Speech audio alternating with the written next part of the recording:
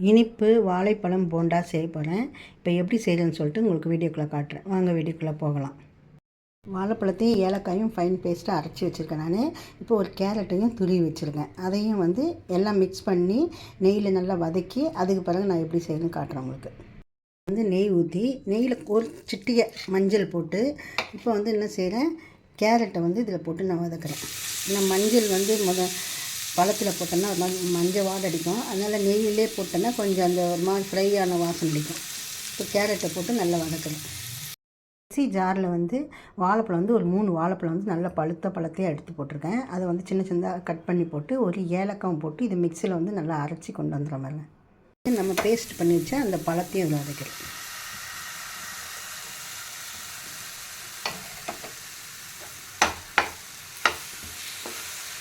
இப்போ உங்களுக்கு கலர்ஃபுல்லாக இருக்கும். கேரட் தனியாக அதில் காட்டும்.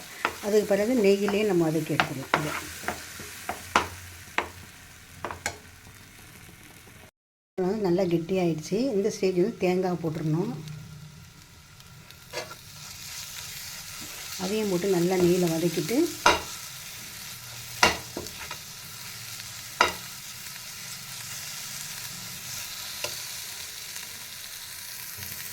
ஏற்கனவே நான் வறுத்து வச்ச ரவை இருக்குது. அதையும் நான் இதில் கொட்டிடுறேன். நான் எல்லாமே கொஞ்சம் கொஞ்சமாக செய்கிறேன். நீங்கள் எவ்வளோ அளவு வேணுமோ அவ்வளோ போட்டுக்கலாம். இதில் நான் ஒரு 1/4 கிளாஸ் ரவை தான் போட்டேன். 2 பேருக்கு தேவை மாதிரி. நீங்கள் எவ்வளோ தேவையோ அவ்வளோ போட்டுக்கலாம். இந்த ஸ்டேஜில் நீங்கள் 1/4 கிளாஸ் பால் ஊற்றிக்கங்க.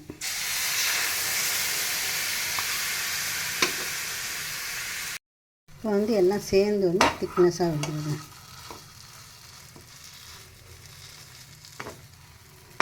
எல்லாமே ரவை வாழைப்பழம் எல்லாமே சேர்ந்து நல்லா திக்காக நம்மளுக்கு எவ்வளோ சுகர் தேவையோ அவ்வளோ இனிப்பு நீங்கள் போட்டுக்கலாம்.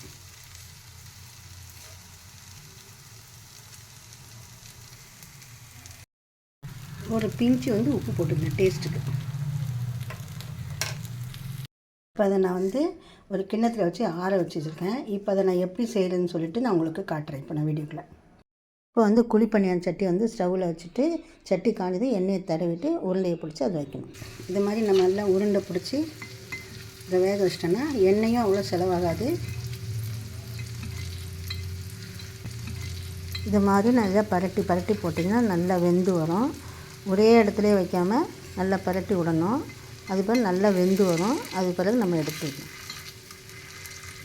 இப்போ நல்லா வெந்துடுச்சு. இப்போ எடுத்துடலாம். பாருங்கள் இப்போ இப்படி நல்லா இருக்குங்க. வாழைப்பழம் இனிப்பு போண்டா இது வருங்க செஞ்சு வச்சுருக்கோங்க. இப்போ அடுத்த இது நான் இன்னொரு ரெசிபி எடுத்துருக்கேன். நான் இப்போ அடுப்பில் இருக்குது. இப்போ மொத்தமாக நான் உங்களுக்கு காட்டுறேன்.